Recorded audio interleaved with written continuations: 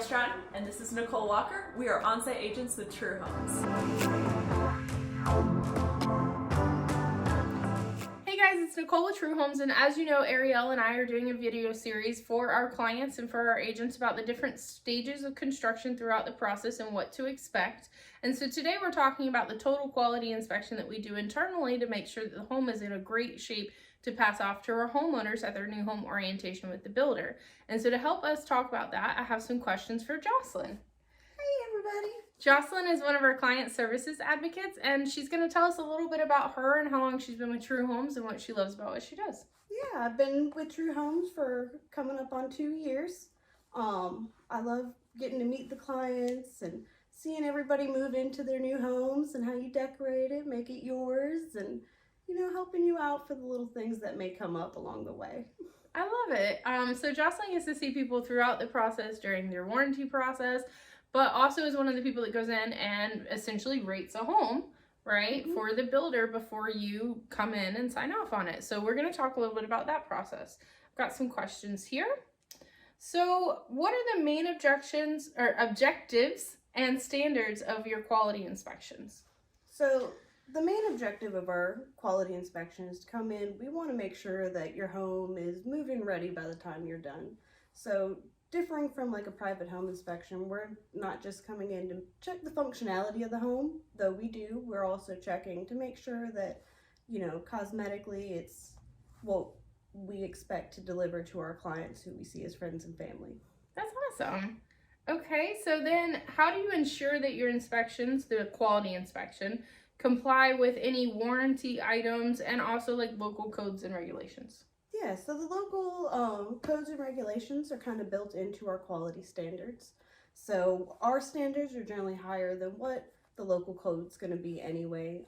The builders make sure that everything's up to code, and we just come in and make sure that everything meets our standards, which is, like I said, generally higher than what the city or municipality is going to ask for. Okay, so True Homes has a preset like checklist of what you're looking for. It does. Okay, cool. Alrighty. And then what are some of the common defects or issues that you encounter during those inspections, and how do you resolve them? A lot of what we run into is just, minor cosmetic issues, paints, a little bit of cabinet touch-ups, stuff like that. Just those small details that we got to kind of perfect before, we put you in that home and have you do that NHO walk. I love it. And I like to remind people, and I think we do a pretty good job of this throughout the process, is this is a man-made product. We put it together. If something's going on, we can also take it apart as needed and fix it and put it back together. So nothing is ever, world shattering. Yeah. But most of what you guys are going to see by this point, because the builder's seen it a few times, is going to be the cosmetic stuff. And I would say that's probably the same with the private home inspections too. Mostly when we see those are small items that are mostly cosmetic. But if some people want peace of mind, they'll do that inspection too. So, okay, so how do you communicate with the homeowners and the subcontractors about the inspection results and the required repairs or corrections? So one thing is, this part isn't really client facing, right? This is more of a builder thing, and then the builder will address it before the homeowner has to even see it. But let's kind of jump in ahead of ourselves a little bit. Let's say it's the home orientation as well. So those types of items, as well as the items on your quality inspection, how are you guys communicating with the homeowners? How are you communicating with the trades and making sure stuff gets done? Yeah, so before the home closes, we give the builders a list of things that we've seen that they need to take care of.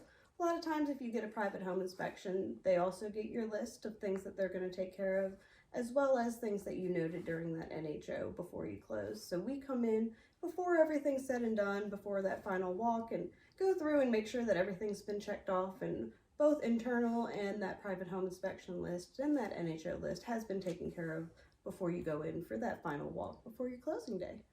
Well, one of the things we talk about during the build process too is just True Homes has this really, really cool system of communicating with the subcontractors, right? And so can you just high level tell people about how we do that efficiently to make sure these items are done for them before closing? Yeah, so we have an internal system that we put everything into that consistently, follows up with the trade and sends them a message every day, make sure it gets done. Those builders are going out there checking on that that system and making sure that everything's been completed to standard, based on what they've put in, based on that private home inspection or what we call our internal quality inspection, stuff like that. Very cool. Alrighty, and then let's see here. And so that goes over a little bit about how you document and report your findings, and then how do you follow up on it? So we come in towards the end and we get your private home inspection list, we take our list and we walk around that house and we're going back and checking. So it's, the way we have it set up is, your client service advocate is pretty much per neighborhood. So the same person who inspected your house is the same person that you've probably seen at your NHO or closing, as well as the same person who's going to do that warranty orientation with you. So we remember most of the problems, and we've got that piece of paper to double check and make sure everything's done.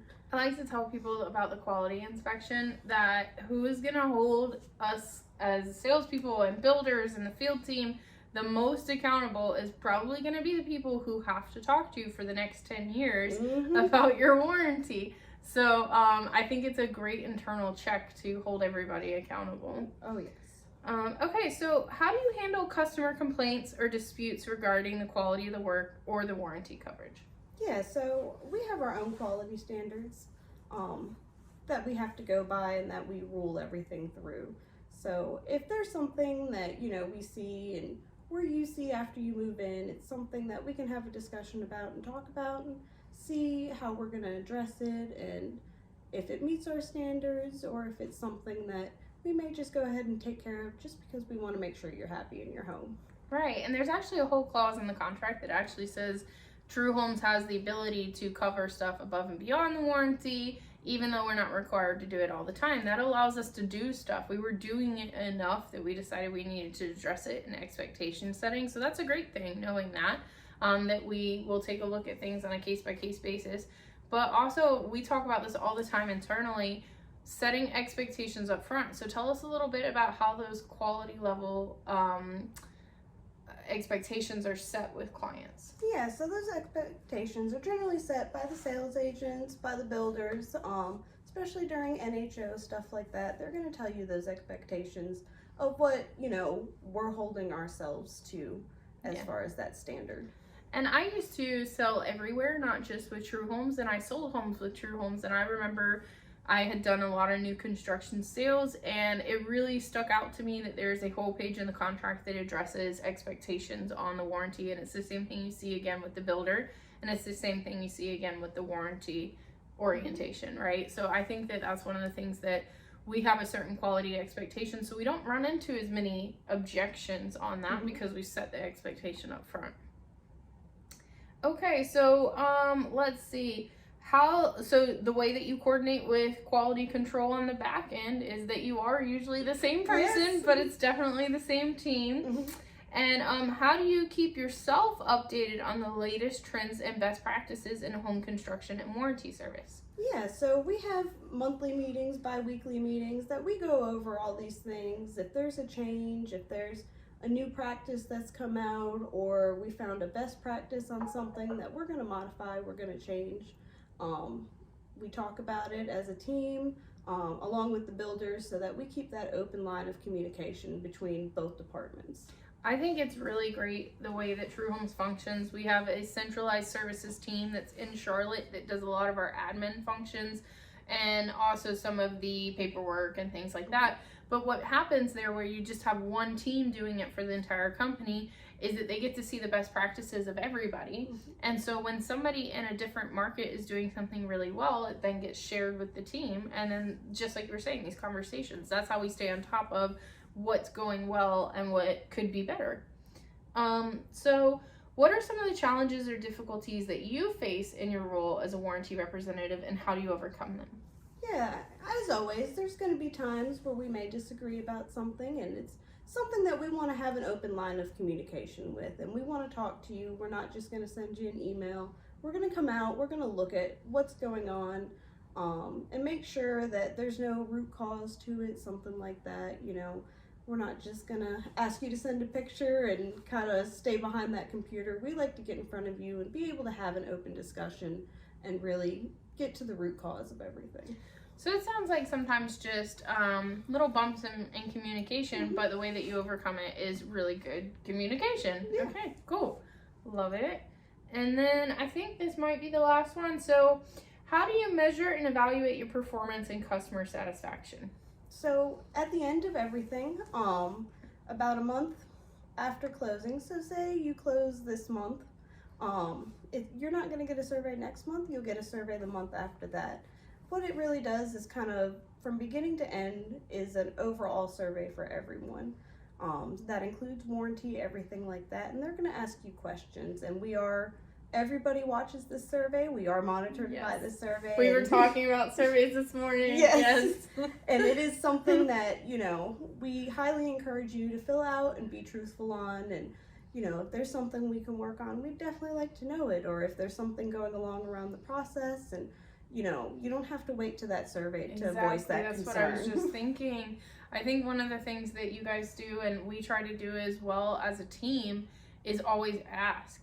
Mm-hmm. If we're meeting those expectations on customer satisfaction of the client, because I don't want to find out about it on a survey. I'd rather change whatever needs to be changed and hit that mark for that client if it's possible during the process. Yeah. Absolutely. So, well, as you can see, Jocelyn is now part of the Curly Crew. Yeah. So, thank you so much for taking the time to do this. We really Of appreciate course. it. Is there anything else that you'd like to share? No, I mean, as always, if you need anything from our team, please feel free to reach out to us. Awesome. You're the best. Thank you, Thank guys. you.